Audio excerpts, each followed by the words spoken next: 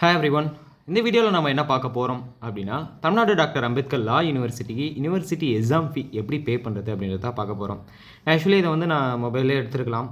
So நான் இவ்வளோ try பண்ணி பார்த்தேன். மொபைலில் வந்து ஸ்க்ரீன் ரெக்கார்டு எடுக்கிறதுக்கு கொஞ்சம் கஷ்டமாக இருக்குது. எடுக்கிறதுலாம் பிரச்சனை கிடையாது, அது எடிட் பண்ணுறது பயங்கர இஷ்யூவாக இருக்குது. ஸோ அதால் தான் வந்து நான் லேப்பில் வீடியோ எடுத்துக்கலாம் அப்படின்னு சொல்லிட்டு எடுத்துட்டேன். ஸோ இது ஒன்றும் பெருசான பிரச்சனை கிடையாது. நீங்கள் கூகுளில் டைப் பண்ணுற ஃபார்மேட்டில் தான் இருக்கும்.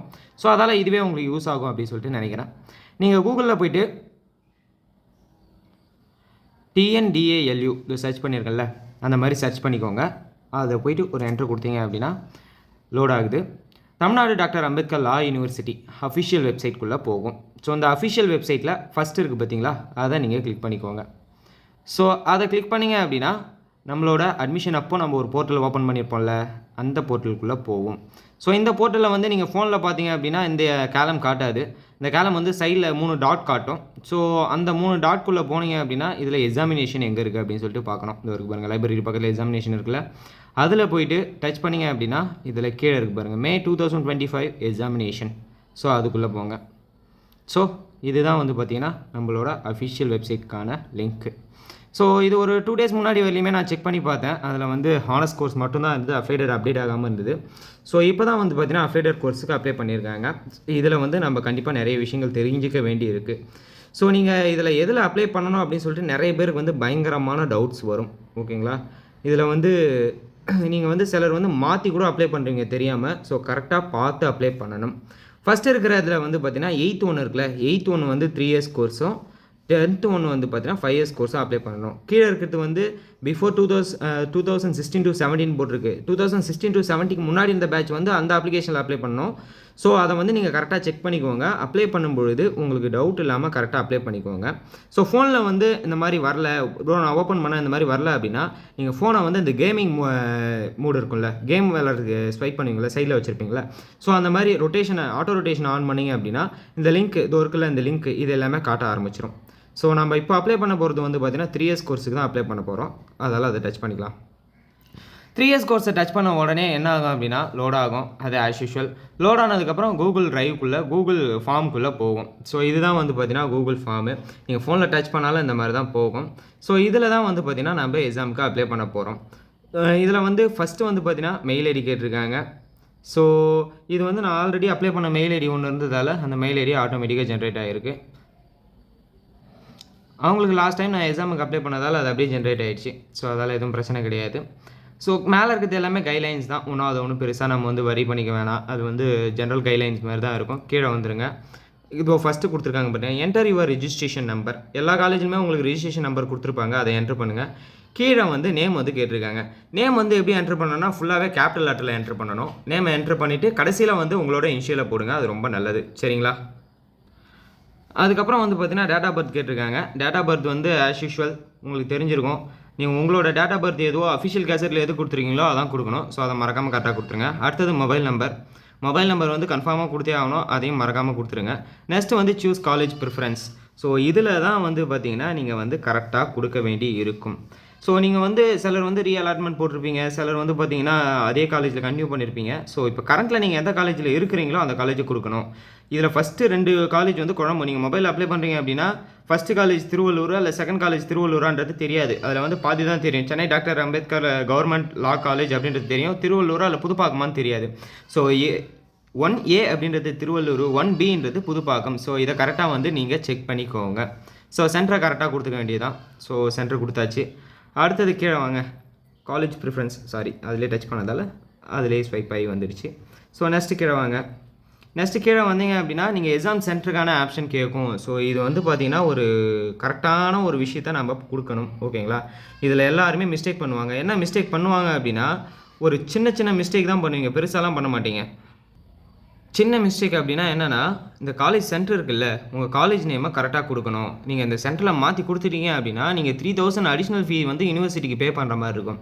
அதாவது எக்ஸாம் சென்டரை வந்து நீங்கள் சேஞ்ச் பண்ணுற ஆப்ஷன் கொடுத்துருக்காங்க. நீங்கள் சேஞ்ச் பண்ணீங்க அப்படின்னா இந்த எக்ஸாம் ஃபுல்லாக நீங்கள் வேறு ஒரு சென்டரில் போய்ட்டு எழுதலாம். ஆனால் 3000 நீங்கள் வந்து யூனிவர்சிட்டி ஃபீயாக வந்து பே பண்ணவே ஆகணும். ஸோ நீங்கள் எந்த காலேஜோ அதே காலேஜ் சென்டர் கொடுக்கறது ரொம்ப நல்லது.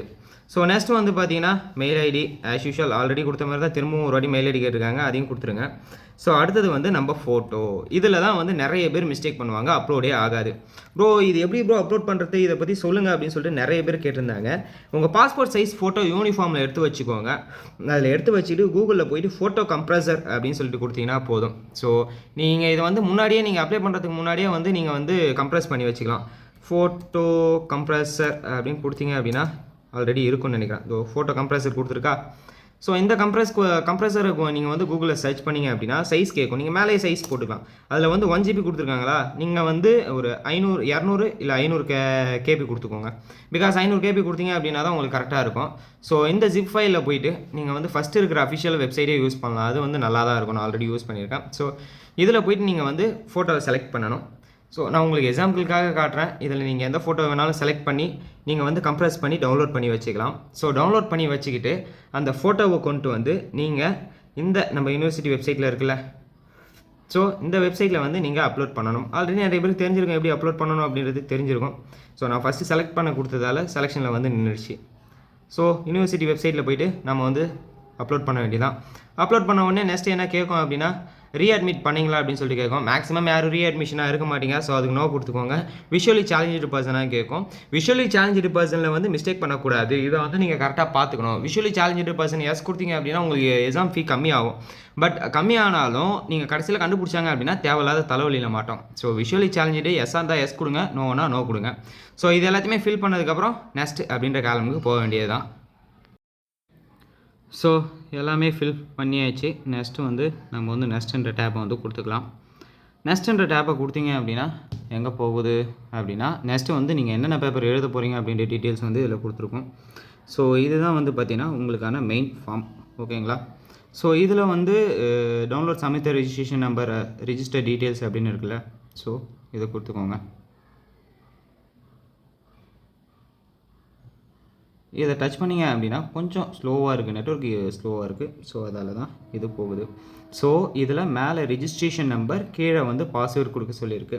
ரிஜிஸ்ட்ரேஷன் நம்பர் வந்து உங்களுக்கு ஆல்ரெடி கொடுத்துருப்பாங்க. பாஸ்வேர்டு வந்து என்ன போட்டிருக்காங்க அப்படின்னு சொல்லிட்டு பார்த்தீங்கன்னா, ஃபஸ்ட்டு 4 லெட்ரு கேப்ஸில் கொடுத்துட்டு அடுத்தது உங்கள் டேட் ஆஃப் பர்த்தை, டேட்டு, மந்த்து, இயர் அதில் வந்து கொடுக்கணும் அப்படின்னு சொல்லிட்டு சொல்லியிருக்காங்க. ஸோ அதை போட்டு நீங்கள் லாகின் பண்ணிங்க அப்படின்னா தான் உள்ளே போகும்.